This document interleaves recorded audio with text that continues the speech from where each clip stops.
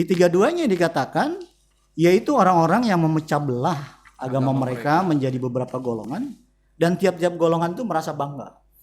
Nah, jadi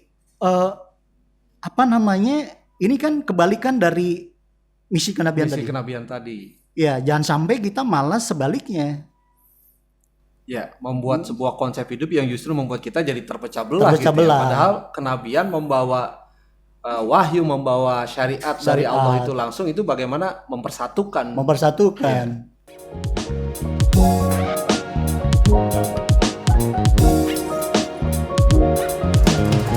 Assalamualaikum warahmatullahi wabarakatuh. Salam nasional, merdeka. Sahabat RKP dimanapun berada, berjumpa kembali dengan kami di channel Rumah Kebangsaan Pancasila bersama saya Kak Rahman, dan kita sudah ditemani kembali oleh narasumber kita yang luar biasa, Bung Edi. Apa kabar, Bung? Kabar baik, Kak Rahman. Sehat ya, Bung ya? Sehat. Kita lanjutkan kembali podcast di Rumah Kebangsaan Pancasila, Bung. Baik.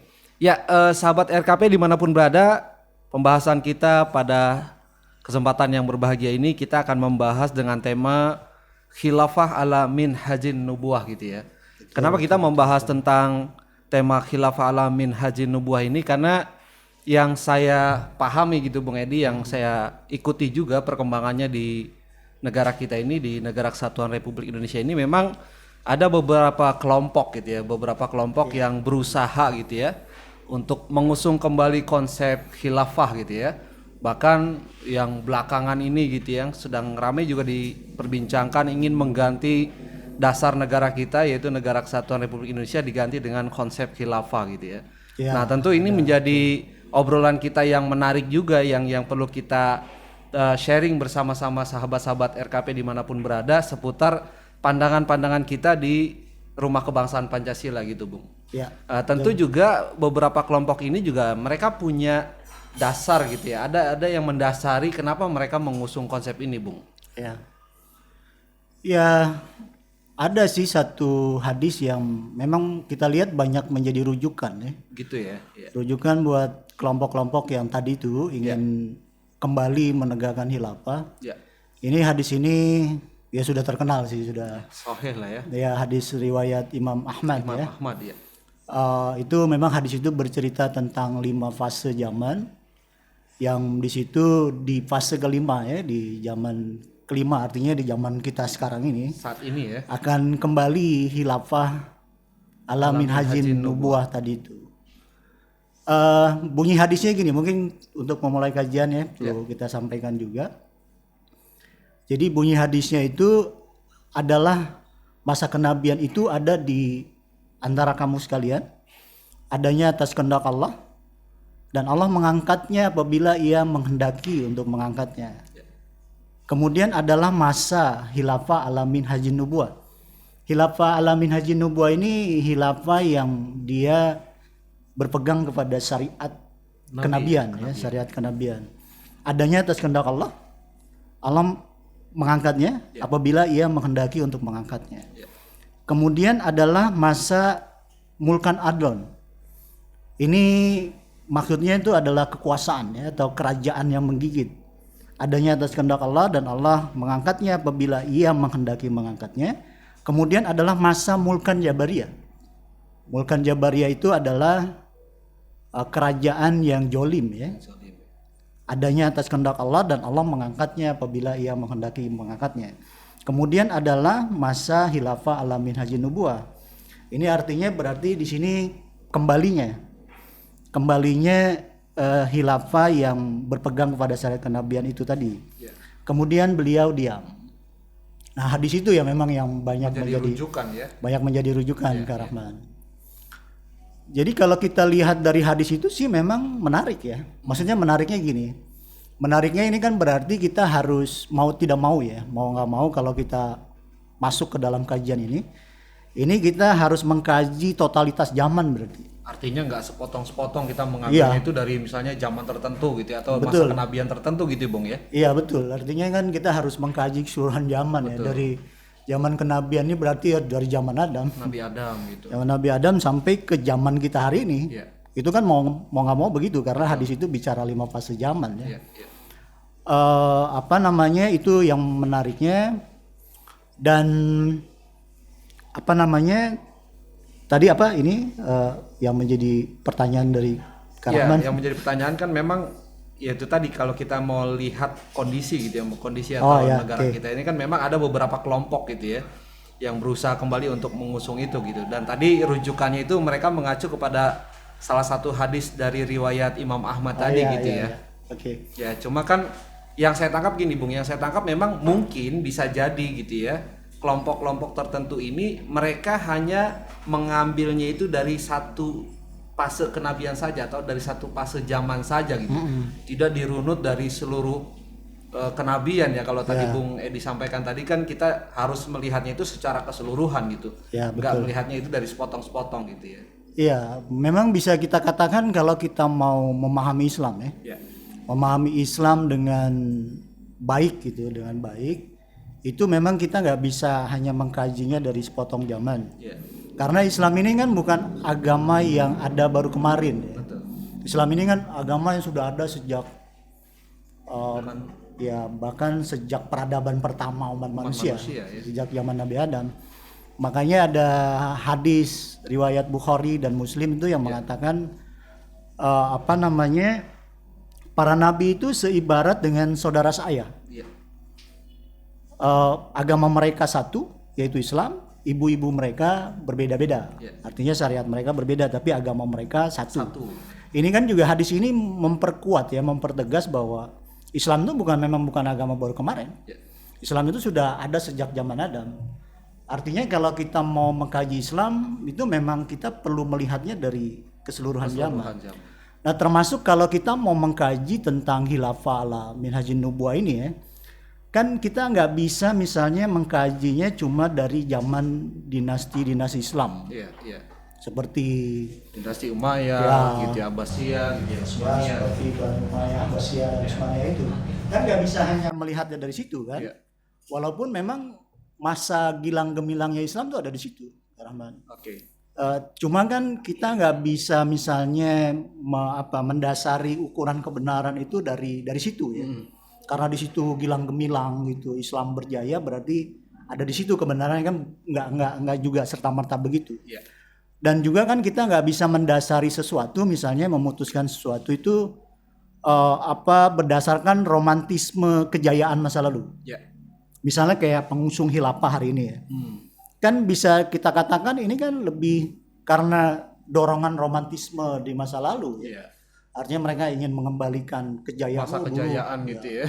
Betul, karena kejayaan masa lalu dan mereka ingin kembali ada di zaman itu ya. Iya. Kan nggak bisa mendasarnya juga gitu, tapi harus berdasar kepada kebenaran yang memang dikehendaki Allah, Iya. memang diridhoi gitu oleh Allah.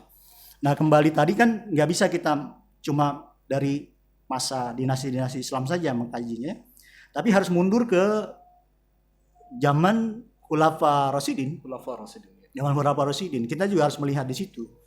Nah malah kalau di hadis itu kan bisa dikatakan zaman Khulafa Rasyidin ini sebenarnya disebut dengan khilafah ala minhajin nubuwah. Nubuwah, iya. Dan di dalam istilah khilafah ala minhajin nubuwah ini sebenarnya ada kata kunci di situ. Apa tuh? Ada kata kunci. Kira-kira kata kuncinya di mana? Mungkin kalau yang saya pahami dari definisi minhajin ala nubuwah itu artinya mengacu kepada syariat Nabi gitu ya. Ya, kan di situ ya. Iya. Kan khilafah ala minhajin nubuwah itu kan khilafah yang berpegang kepada syariat Nabi. syariat Nabi atau syariat kenabian. Artinya kan kebenaran mereka karena berpegang kepada syariat kenabian. Oke. Artinya kebenaran itu adanya di syariat kenabian Syariat ini. kenabiannya itu. Nah justru yang harus kita temukan, yang harus kita selidiki adalah ini yang dimaksud syariat yang mana. Nah tentu saja ini berkaitan sama syariat tentang tatanan hidup ya. Tatanan hidup. Karena ini bicara khilafah kan. Iya. Bicara sistem pemerintahan sebenarnya to the point-nya begitu. Iya.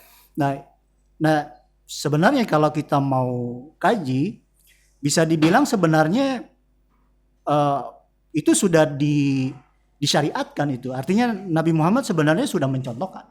Oke. Ada contoh tentang syariat yang dimaksud itu. Cuma memang kita bisa saja sih mengkajinya langsung misalnya kita masuk ke zaman Nabi Muhammad. Nabi Muhammad, iya. Terus melihat syariat yang pernah dicontohkan Nabi Muhammad tentang bagaimana kita mewujudkan tatanan kehidupan kita, tatanan sosial kita, kan bisa saja begitu. Cuma Kak Rahman, kalau kita mau istilahnya itu sampai ke titik yakin ya, atau bahasa Quran itu sampai ke titik teguh hati, itu memang kita perlu melihatnya bahkan dari keseluruhan zaman para nabi itu. Iya, keseluruhan zaman para nabi itu. Karena kan sebenarnya ini setiap para nabi ini kan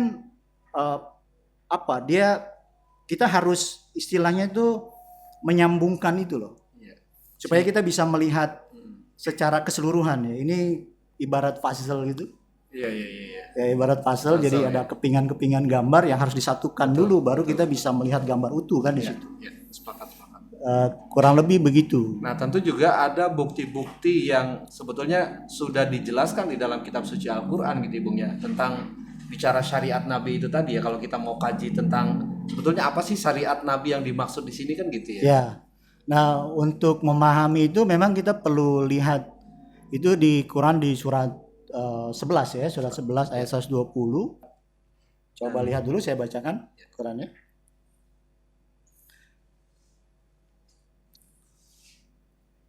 Dan semua kisah Rasul-Rasul, bunyinya begitu, kami ceritakan kepadamu, maksudnya kepada Nabi Muhammad ya, agar dengan kisah ini kami teguhkan hatimu, dan di dalamnya telah diberikan kepadamu kebenaran, pelajaran dan peringatan bagi orang-orang yang beriman. Nah, ini kan artinya memang di dalam kisah para rasul itu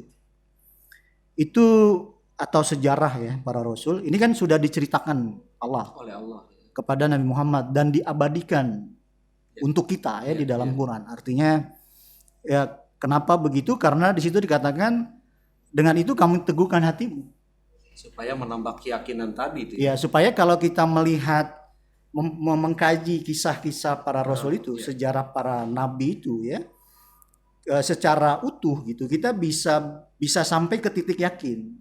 Makanya tadi kalau kita bicara khilafah ala minhajin nubuwah, sebenarnya kita bisa langsung mengkaji di zaman Nabi Muhammad kan, untuk melihat syariat yang dicontohkan Nabi Muhammad.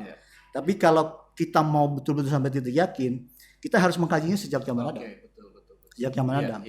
Dan tadi kan juga di ayat itu dikatakan bahwa di dalamnya itu terdapat kebenaran, terdapat pelajaran dan peringatan bagi orang-orang beriman.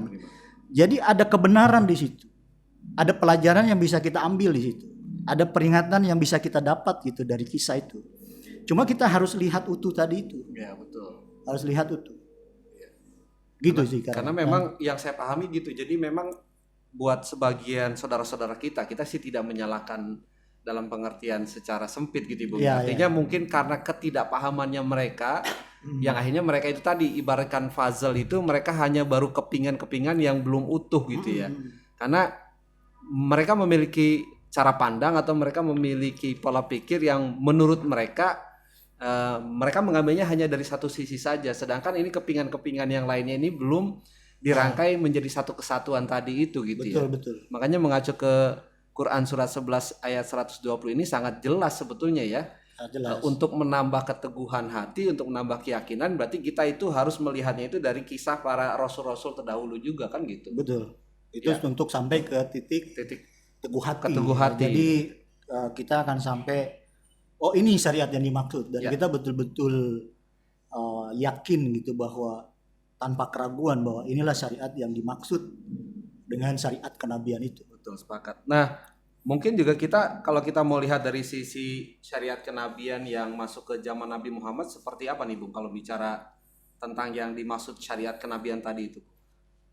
Iya, sebenarnya kan para nabi ini kan dia nggak terputus-putus ya Kak Rahman ya. Dia artinya sebenarnya para nabi itu ada di dalam satu estafeta untuk membangun suatu peradaban tadi itu.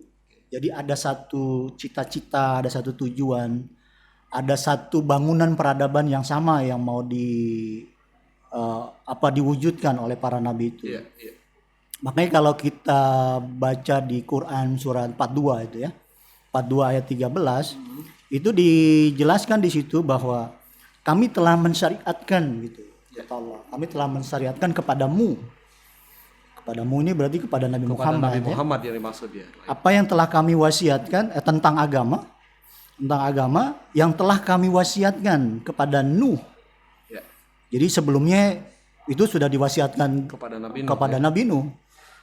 Dan kami wahyukan kepadamu, kami wasiatkan kepada Ibrahim, Musa dan Isa. Ya. Tegakkanlah agama dan janganlah kamu berpecah belah di dalamnya. Amat berat bagi orang-orang musyrik agama yang kamu seru kepadanya. Ya. Allah memilih siapa yang dikehendakinya kepada agama tauhid, pada agama yang benar ya. Dan Allah memberi petunjuk kepada orang-orang yang kembali. Ya. Jadi ayat itu juga cukup jelas kan di situ bahwa para nabi ini memang dia tidak terputus-putus. Jadi bahkan mereka ini berada di dalam satu misi yang sama. Oke. Jadi sambung menyambung itu, ada estafeta peradaban tadi itu. Yeah. Ada bangunan peradaban yang mau diwujudkan. Karena memang untuk sampai kepada puncak peradaban itu kan tidak langsung ya. Perlu dari zaman ke zaman itu terus dibangun, disempurnakan dan puncak peradabannya memang di Nabi Muhammad sebenarnya. Jadi kita bisa langsung merujuk ke sana sebenarnya. Cuma kan tadi kita harus melihatnya dari zaman-zaman Rasul terdahulu ya, supaya sebelumnya kita lebih lengkap ya tadi supaya lebih lengkap dan supaya lebih yakin dan supaya kita bisa lihat garisnya. Ya.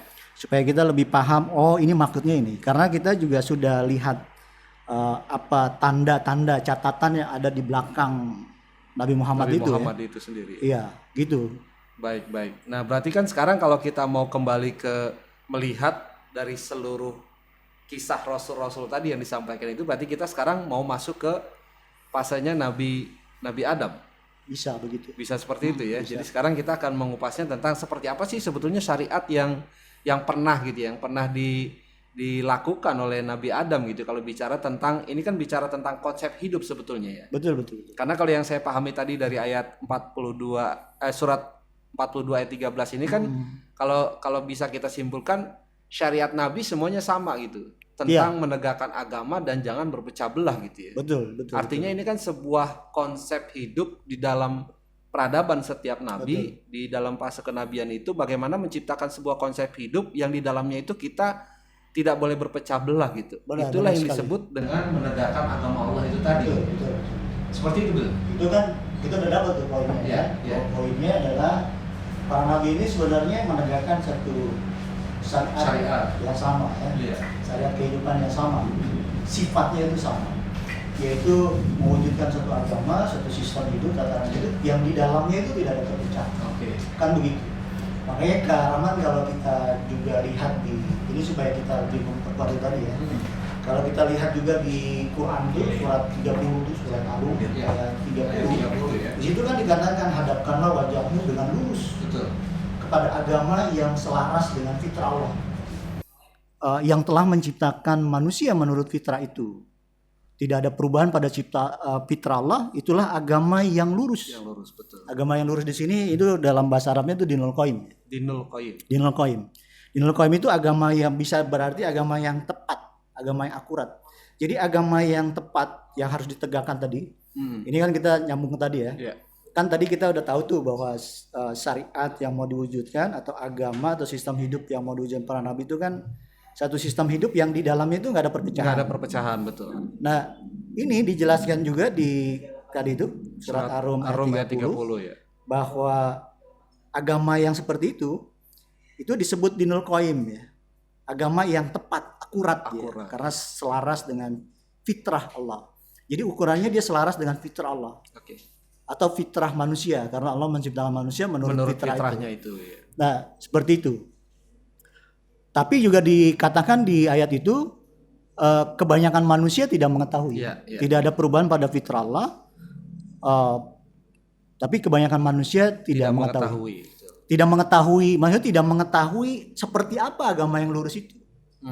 Makanya kita kalau di zaman sekarang itu kita jangan buru-buru membuat kesimpulan. Itu yang perlu kita ajak juga kepada masyarakat. Misalnya ada orang bawa ayat-ayat Quran, bawa hadis yang banyak misalnya, terus mau bikin khilafah, jangan buru-buru begitu. Karena sebenarnya Allah bilang kebanyakan manusia malah nggak ngerti Oke. agama yang benar itu kayak apa, Ya. Dinul Qayyim itu kayak apa. Tapi di situ kita sudah dapat apa semacam catatannya kan. Ya. Catatannya bahwa agama yang lurus itu dia harus selaras dengan fitrah Allah Ya. atau fitrah manusia, Manusia. Ya. penciptaan manusia. Dan tadi dia harus punya sifat tidak ada perpecahan di dalamnya. Oke. Makanya kalau dilanjutkan di ayat itu ya di surat 30 di ayat 31-nya 31-nya ya. itu dengan kembali bertobat dan bertobatlah gitu ya.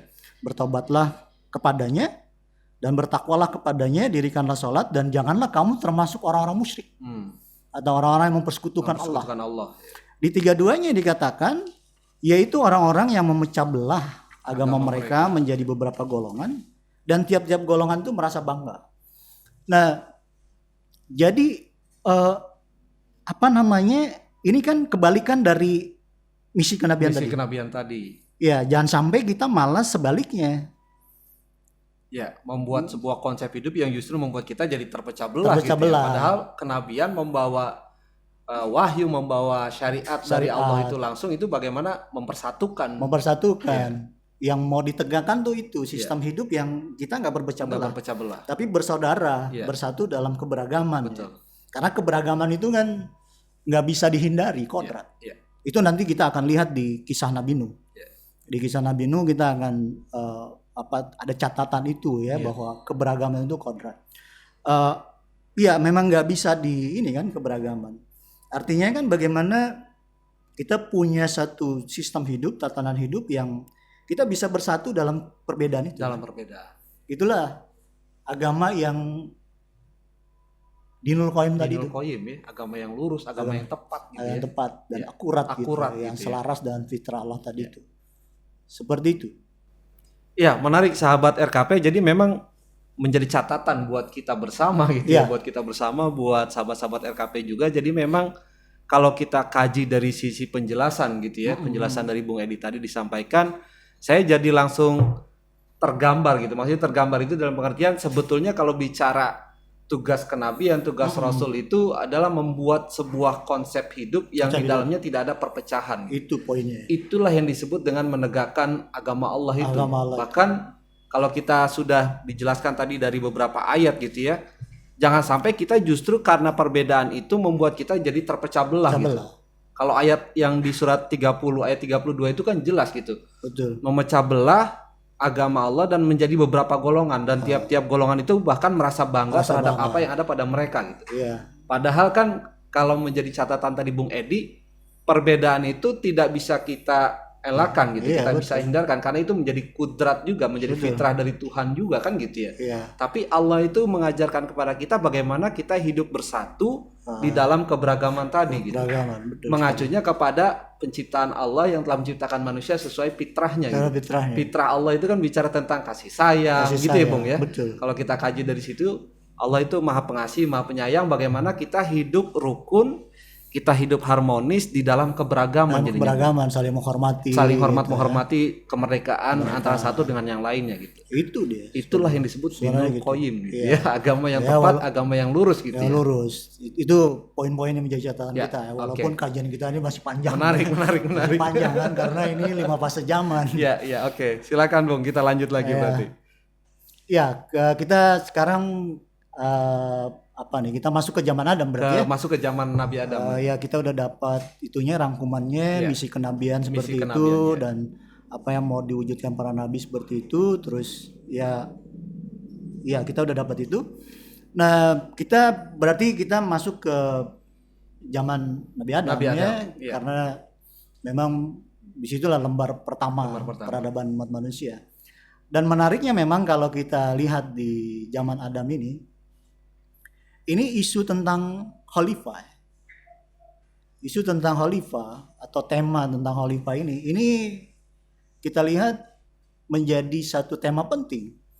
Karena bahkan di lembar pertama peradaban manusia ketika Nabi Adam ini bahkan belum turun di bumi, masih di surga.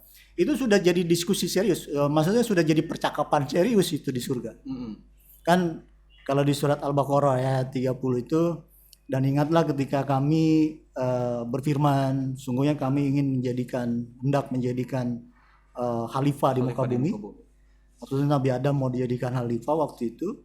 Terus malaikat berkata, apakah engkau mau menjadikan orang yang akan membuat kerusakan dan pertumpahan darah? Iya. Sementara kami senantiasa bertasbih, memujimu dan mensucikanmu dan memujimu dan mensucikanmu ya gitu ya. Lalu Allah berfirman, sesungguhnya aku mengetahui apa yang tidak kamu ketahui. Artinya ini udah jadi satu perbincangan serius gitu antara malaikat gitu dan ya dan Allah gitu ya tentang khalifah ini. Tentang khalifah, iya. Nah, memang kalau kita lihat di Quran ya, Kak Rahman ya, sebenarnya istilah khalifah sendiri di Quran itu secara letterlek ya, khalifah secara letterlek itu hanya disebut 2 kali di dalam Al-Quran. Iya, hanya disebut 2 kali. Ya ada istilah turunan ya, tapi istilah khalifahnya sendiri itu cuma 2 kali. Dan di Quran itu hanya 2 manusia yang disebutkan itu tadi. Ya, yang ditunjuk langsung. Atau ditunjuk langsung oleh Allah untuk menjadi khalifah. Yaitu Nabi Adam dan Nabi Daud. Jadi Nabi Adam dan Nabi Daud yang secara letterlek disebutkan di dalam Al-Quran. Disebut dalam Al-Quran dan ditunjuk langsung oleh Allah ya untuk menjadi khalifah. Dan ini juga tentu ada alasannya kan, ada alasannya, nanti kita akan memahami itu di kajian kita. Tapi tadi bahwa tema tentang khalifah ini memang menjadi tema serius karena bahkan di lembar pertama peradaban umat manusia ketika Nabi Adam masih di surga itu sudah menjadi satu percakapan serius. Dan malaikat itu ya bisa dibilang mempertanyakan ya, atau keberatan mempertanyakan rencana Allah. Ini kenapa engkau mau jadikan khalifah di muka bumi, orang yang hanya bikin kerusakan pertumpahan darah. Artinya malaikat melihat ada potensi itu di diri manusia. Nah, cuma sebelum itu kita perlu memahami dulu nih definisi tentang khalifah menurut Quran. Definisi khalifah menurut Quran. Tadi kan kita sudah lihat itu di surah Al-Baqarah ayat 30 ya. Nah, kita perlu lihat surat 38 ayat 26. Ini surat Shad, itu saya bacakan dulu ya. Saya tidak hafal ayatnya. Surat 38 ayat 26 ya. 38 26 itu bunyinya gini kan. Wahai Daud, sesungguhnya engkau kami jadikan khalifah di bumi. Maka berilah keputusan di antara manusia dan adil, dan janganlah engkau mengikuti hawa nafsu, karena akan menyesatkan engkau dari jalan Allah. Sungguh orang yang sesat dari jalan Allah akan mendapat azab yang berat, karena mereka melupakan hari perhitungan. Gitu.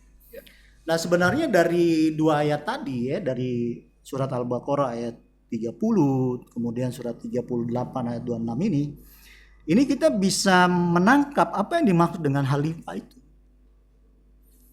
Jadi kan di sini dikatakan Allah ini kan mengangkat Nabi Daud untuk menjadi khalifah, menjadi khalifah di muka bumi. Dan ini kita bisa langsung menangkap bahwa berarti yang dimaksud dengan khalifah ini adalah bicara kekuasaan, bicara kepemimpinan, atau kalau kita bisa katakan ini bicara sistem pemerintahan. Bicara sistem pemerintahan. Karena kita tahu Daud ya, Nabi Daud itu kan seorang raja. Ini bicara suatu sistem pemerintahan. Tapi sistem pemerintahan yang gimana? Kan di situ dikatakan maka berilah putuskanlah perkara dengan adil di antara manusia gitu ya. Jadi sistem pemerintahan yang di dalamnya itu tiap-tiap perkara diputuskan dengan adil. Itu catatannya. Jadi Allah menginginkan satu sistem pemerintahan yang di dalamnya itu perkara-perkara diputuskan dengan adil. Artinya ada hukum yang adil di situ. Adil buat semua orang. Adil buat semua orang. Dan janganlah engkau mengikuti hawa nafsu. Jadi nggak boleh ngikutin hawa nafsu. Nggak boleh misalnya membuat suatu peraturan, kebijakan, hukum berdasarkan nafsu. Iya. Jadi kalau nggak berdasarkan nafsu ini harus berdasarkan apa berarti? Harus berdasarkan nilai-nilai keluhuran Ya, tentunya. keluaran harus berdasarkan fitrah. Fitrah Allah gitu ya. Berdasarkan fitrah Allah yang menciptakan manusia Iya. menurut fitrah itu. Menurut fitrah itu. Artinya harus berdasarkan fitrah kita sebagai manusia. Oke, bisa dikatakan free kemanusiaan gitu ya. Ya bisa dibilang Atau begitu. iya, betul ya. Betul begitu. Artinya jangan kamu mendasarkannya kepada hawa nafsu, tapi kepada fitrah Allah yang menciptakan manusia dengan fitrah itu. Iya, Artinya harus berdasarkan pada pri free kemanusiaan. kemanusiaan. Hukumnya harus berperi keadilan, tapi hukum itu harus didasarkan pada pri Free kemanusiaan. Begitu. Supaya dia menjadi suatu hukum yang berperi keadilan, dia harus didasarkan pada pri kemanusiaan, pada fitrahnya manusia. Iya, iya. Begitu. Ya, itu definisi khalifah itu begitu. iya. Jadi satu sistem pemerintahan yang ada hukum di dalamnya, tapi hukum itu adil buat semua orang, dan hukum itu tidak dibuat berdasarkan hawa nafsu, tapi dibuat berdasarkan fitrah, Fitrah. Ya. berdasarkan peri kemanusiaan, Iya. sehingga menjadi hukum yang berperi keadilan. Itu khilafah itu seperti itu. Iya. Nah di situ belum bicara bentuk, bentuk pemerintahannya gimana. Iya. Tapi ini nanti kita akan temukan ya di zaman Nabi Muhammad. Bentuk yang dikehendaki, bentuk sistem pemerintahannya kayak apa itu nanti akan kita temukan di sana. Nah, sementara kalau kita bicara Nabi Daud, ya ini nanti kita kaji Iya, di era eranya Nabi Daud Nabi ya. Daud ya. Tapi sedikit ini kita walaupun Nabi Daud itu adalah raja, bukan berarti bahwa sistem pemerintahan harus kerajaan, bukan berarti begitu. Karena nanti ada tanda itu yang ditinggalkan Allah di zaman kerajaan Nabi Daud. Nabi Daud. Ada tanda itu yang kita lihat, dan memang titik puncaknya itu ada di zaman Nabi Muhammad. Oke. Ya, supaya ketika kita membaca ayat ini juga nggak langsung berarti sistem kerajaan. Nggak berarti begitu. Iya, iya. Ini kan belum selesai era kenabian. Betul. Ini kan masih zaman Daud. Iya. Belum selesai itu nanti di zaman Nabi Muhammad itu. Iya. Nah, berarti kita masih apa nih? Kita berarti selanjutnya masih di zaman Adam tadi ya? Zaman Nabi Adam. Masih zaman Adam. Nah, kembali kepada apa namanya tadi perbincangan serius ya Antara malaikat dengan Allah. dan Allah itu. Ini kan malaikat ini mempertanyakan dan keberatan. Ada dua hal yang kemudian Allah itu untuk menjernihkan itu, supaya malaikat itu bisa ngeh gitu dengan Allah yang Allah maksud. Ada 2 poin kalau di situ kan, berarti satu, ada keterbatasan malaikat yang harus disadari oleh para malaikat ya. Makanya Allah bilang, aku mengetahui apa yang tidak kamu ketahui. Kedua, ada keraguan para malaikat ini kepada Adam. Keraguan malaikat kepada manusia itu ya. Karena Nabi Adam atau dalam hal ini ya manusia itu dianggap hanya makhluk yang hanya bikin kerusakan dan berlimpah darah. Gitu. Iya, seperti itu. Dan kesimpulan para malaikat menilai Nabi Adam seperti itu terbantahkan ya. Terbantahkan memang kemudian ketika Allah membuat ada satu pertunjukan lah gitu ya.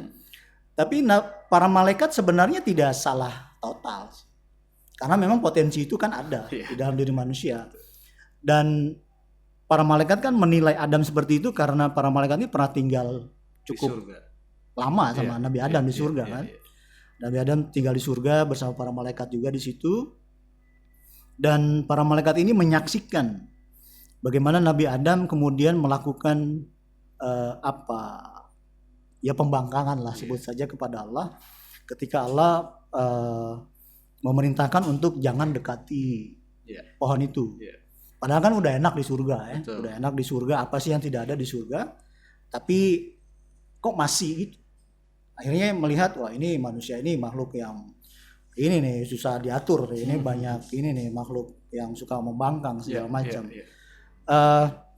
Tapi itu kemudian Allah yakinkan para malaikat itu dengan mengajarkan kepada Adam nama-nama benda, nama-nama keseluruhannya gitu ya. Allah mengajarkan kepada Adam itu, lalu kemudian meminta para malaikat untuk coba kamu sebutkan nama-nama itu. Ya. Lalu para malaikat di situ menyadari keterbatasannya. Para malaikat kemudian berkata, Maha suci Engkau ya Allah. Aku hanya mengetahui apa yang Engkau beritahukan kepadaku. Jadi akhirnya malaikat ngerti, oh iya pengetahuannya ya tidak seperti pengetahuan Allah. Kalau Allah kan maha tahu segalanya. Kalau para malaikat kan hanya tahu apa yang diberitahu kepada Allah oleh Allah ya. Nah itu kita perlu ngerti juga tuh. Para malaikat tuh begitu, kalau dikasih tahu ABC ya dia akan tahu ABC saja selamanya. Tidak berkembang artinya pemahamannya. Makanya ketika kemudian Nabi Adam diperintahkan untuk presentasi oleh Allah dari apa yang diajarkan Allah kepada Nabi Adam, disitulah para malaikat tuh baru ngeh tentang potensi manusia. Bahwa ada sisi lain rupanya dari manusia ini. Lalu Allah bilang kan pada para malaikat, bukankah sudah kukatakan bahwa aku mengetahui apa yang tidak kamu ketahui. Sebenarnya apa maksud Allah? Tuh kan kamu akhirnya lihat. Kamu lihat kan sisi lain manusia. Jadi manusia ini bukan cuma makhluk yang hanya bisa bikin rusak, yang hanya bisa bikin pertumpahan darah, tapi ada sisi lain dari manusia. Dia adalah makhluk yang pembelajar manusia itu. Manusia itu mampu menangkap hikmah, menangkap tanda-tanda yang Allah dari ciptaan Allah segala macam. Manusia itu mampu belajar dari kesalahannya, mampu belajar dari sejarah, yang itu akan menjadi bekal dia pada akhirnya keluar dari satu pola pertumpahan darah itu. Jadi itu sebenarnya semacam satu, bisa kita bilang ya kalau semacam ramalan atau semacam sinopsis bahwa peradaban manusia itu memang akan berjalan dengan pertumpahan darah. Tapi nanti pada akhirnya manusia akan sampai kepada satu peradaban yang di dalamnya tidak ada pertumpahan darah. Itu kita bisa, itu menjadi catatan dari zaman Nabi Adam. Bahwa peradaban manusia memang akan berjalan dan penuh pertumpahan darah. Tapi pada akhirnya manusia akan sampai kepada peradaban yang tidak ada pertumpahan darah di dalamnya. Itu salah satu poin catatannya. Kemudian ya mungkin ya kita selesaikan di zaman Nabi Adam saja ya. Mungkin catatan lain yang perlu kita jadikan catatan di zaman Nabi Adam, bahwa memang ketika kemudian Nabi Adam akhirnya diturunkan oleh Allah ya ke bumi, itu ada PR gitu. Ada PR dari Allah pada Nabi Adam ya, secara tidak langsung ya. Karena Allah kan berfirman kepada Nabi Adam, turunlah kamu berdua, kata Allah. Turunlah kamu berdua dari surga ini, sebagian kamu akan menjadi musuh bagi sebagian lain. Jadi itu sebenarnya PR itu, bahwa manusia ini kan punya kecenderungan bermusuh-musuhan. Jadi sebagian kamu akan menjadi musuh, bahwa akan ada pergelutan itu di sepanjang peradaban umat manusia, saling bermusuh-musuhan. Tapi Allah katakan juga di situ, Allah firmankan juga di situ bahwa apabila datang petunjukku, maka ikutilah. Orang-orang yang yang mengingkari petunjuk itu, mereka akan tersesat dan celaka gitu ya. Jadi kata Allah, ikutilah kalau datang petunjukku kepadamu, ikutilah. Dan kita tahu bahwa ada tanda, ada petunjuk yang Allah berikan. Allah berikan kepada Adam secara langsung dan secara tidak langsung kepada kita. Karena petunjuk itu masih diabadikan ya sampai hari ini. Itu Allah kan ketika menurunkan Nabi Adam dan Hawa ya, terpisah. Jadi dipisahkan jauh. Bahkan mereka dikabarkan diriwayatkan gitu, harus berjalan berpuluh-puluh tahun, saling mencari berpuluh-puluh tahun sampai akhirnya ketemu, dan ketemunya di Padang Arafah. Di Padang Arafah, dan itu disitulah dibuatkan suatu tanda. Apa itu? Bukit Jabal Rahmah. Bukit Jabal Rahmah itu dibuatkan sebuah tugu yang disebut tugu kasih sayang.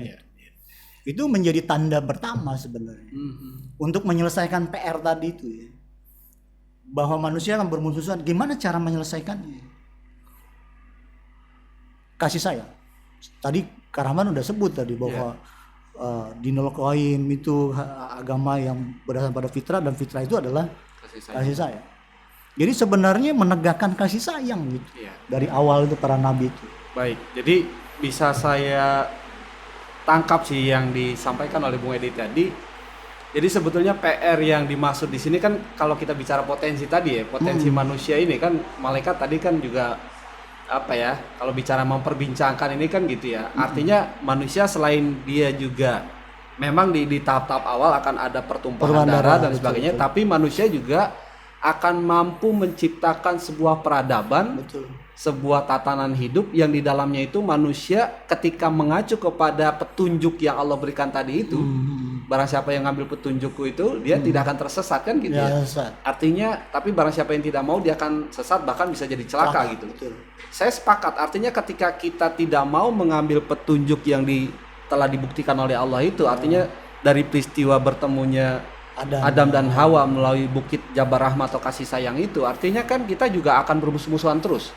Iya, betul. Jelas sekali tadi itu kan tandanya itu, iya, betul. Petunjuknya itu. Di ayat 32 tadi yang mengatakan bergolong-golongan, bahkan tiap-tiap golongan merasa bangga apa yang ada pada mereka. Ketika tidak ada kasih sayang, akhirnya yang ada saling membuli, saling memfitnah, saling menganggap dirinya lebih baik daripada yang lain gitu. Itu kan konsep hidup yang mohon maaf gitu ya. Kalau di kajian kita sahabat RKP, di kajian materi SNI gitu ya, itu adalah konsep imperiumisme ya. Konsep hidup yang saling takluk menaklukkan, saling duduk menduduki, yang dilatar belakangi karena ingin menjadi merasa lebih hebat, lebih baik kan gitu ya. Nah itu pasti akan terus-terusan kayak gitu. Tapi kita yakin gitu ya. Yakin. Ketika kita mengambil petunjuk yang Allah berikan tadi melalui nilai-nilai kasih sayang, kita akan mampu menciptakan sebuah peradaban hidup persaudaraan bangsa-bangsa. Mungkin kalau kita kaitkan dengan paham kebangsaan gitu ya. Betul. Karena cita-cita bangsa Indonesia kan bagaimana mewujudkan persaudaraan bangsa-bangsa yang didasari kemerdekaan, perdamaian abadi dan keadilan sosial. Dan itu semuanya kayak saling tersimpulkan gitu, Bung. Betul. Karena kan kalau akhirnya kalau kita kaji lagi tadi bahwa definisi khilafah yang dimaksud yang ketika Bung Edi tadi menyampaikan sahabat RKP kan akhirnya kita langsung nangkap. Oh, jadi konsep khilafah itu adalah sebuah konsep hidup bicara tentang pemerintahan yang di dalamnya itu ada aturan yang menegakkan nilai-nilai keadilan dan tidak didasari oleh hawa nafsu. Artinya kan bicara tentang nilai-nilai fitrah. Fitrah kemanusiaan, fitrah saling kasih sayang gitu. Karena kalau kita tidak mengacu pada fitrah manusia saling kasih sayang, ya udah ujung-ujungnya akan terus pertumpahan darah dan sebagainya. Makanya ada tanda itu juga di zaman Adam, tanda dua putra Adam itu. Oh iya betul. Putra Adam. Yang kita tahu akhirnya kan Habil dibunuh ya sama Qabil, dan itu kan karena kedengkian. Jadi manusia itu ada kayak gitu. Ada ingin menang, ingin punya yang lebih apa. Ya itulah yang seperti Kak Rahman bilang akhirnya terjadi di peradaban manusia, imperiumisme, saling takut menaklukkan karena keserakahan, karena ingin lebih lebih kaya, lebih ini dari bangsa lain segala macam. Itu juga ada tanda itu di zaman Nabi Adam. Kemudian catatan lain, tanda lainnya di zaman Nabi Adam ya pelajaran tadi kan di kisah para rasul itu ada kebenaran, pelajaran dan peringatan. Ya. Jadi pelajaran lain yang bisa kita ambil adalah bahwa Islam itu dinamis. Islam itu dinamis. Itu juga catatan lain. Supaya nanti ketika kita mengkaji Islam, kita sudah berangkat dengan pemahaman itu. Bahwa Islam itu agama yang dinamis. Kalau kita lihat di zaman Adam kan ada syariat yang hari ini bisa kita pandang sebagai syariat yang bodoh. Oh iya. Ketika misalnya Nabi Adam memerintahkan putranya kan di Quran tuh untuk berkurban itu. Kan kalau di zaman itu kurban dibakar ya.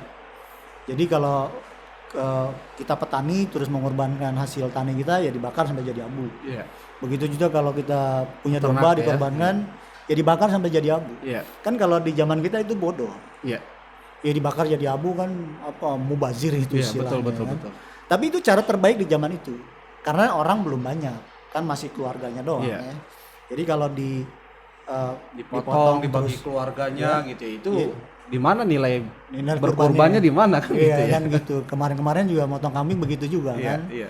Kan nggak ada nilai kurbannya. Nilai kurban itu kan kita mengorbankan sesuatu. Jadi ya memang dibakar sampai kayak dipersembahkan untuk alam, Iya. untuk Allah. Iya. Asapnya mengepul ke langit. Sama pernikahan sedarah.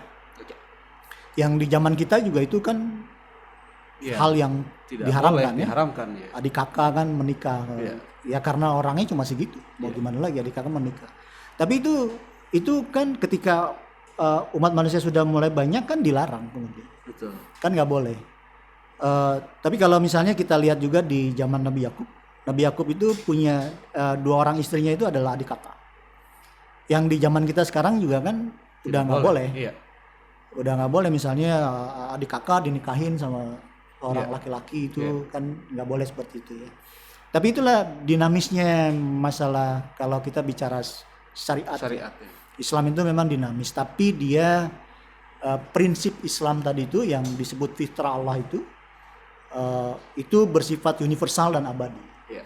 Jadi selamanya sampai hari kiamat tuh nggak berubah. Iya. Nah itu yang kita berpegangnya kepada prinsip itu, dan kita nggak meributkan masalah hal-hal yang sifatnya itu sifatnya itu teknis. Ya, perbedaan tata cara dan lain Ya, sebagainya betul. gitu ya. Betul. Tapi yang kita pegang itu adalah esensinya. Esensinya, gitu. prinsip universalnya. Prinsip universalnya. Begitu juga kalau kita perbedaan agama, itu kan juga kita nggak ributkan masalah gimana cara ibadah dia, Iya, iya. cara dia nyembah Allahnya gimana, tapi esensinya gitu. Dia berpegang kepada prinsip yang diridhoi Allah nggak?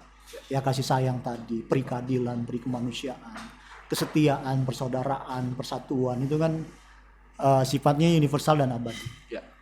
Mungkin gitu Kak Rahman. Wah, luar supaya biasa nggak sekali panjangan. ya sahabat RKP. Jadi dari apa yang telah disampaikan oleh Bung Edi ya tentang pemahaman kalau bicara konsep gitu ya khilafah alami haji nubuah itu. Jadi kita harus paham terlebih dahulu.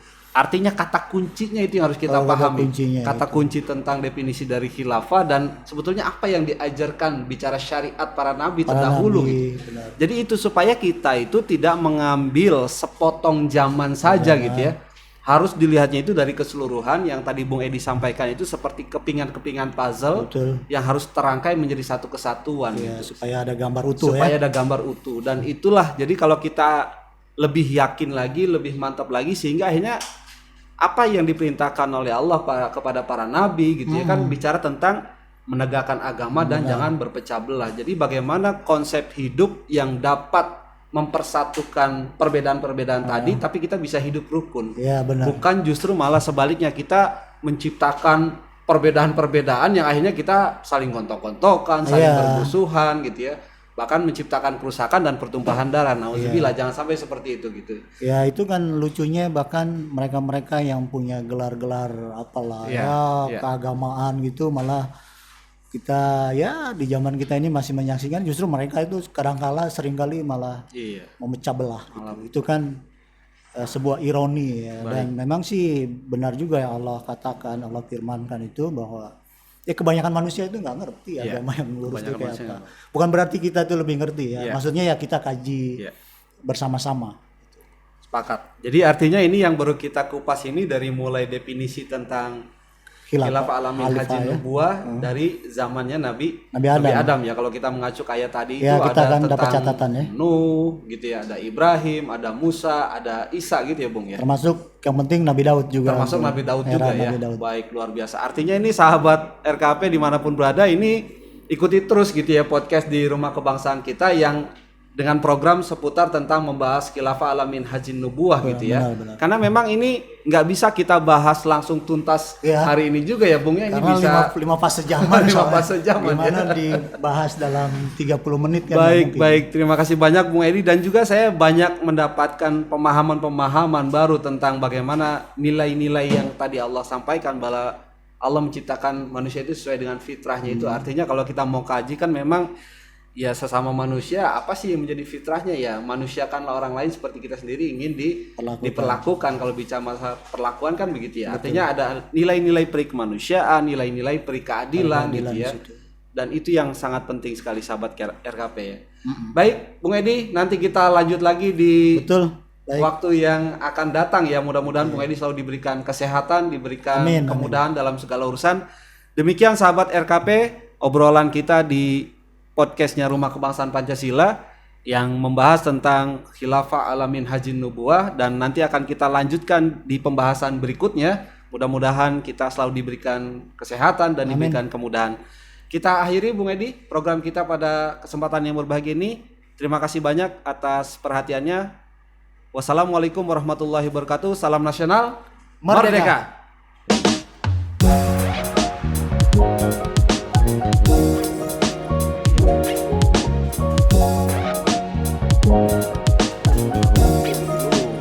Merdeka.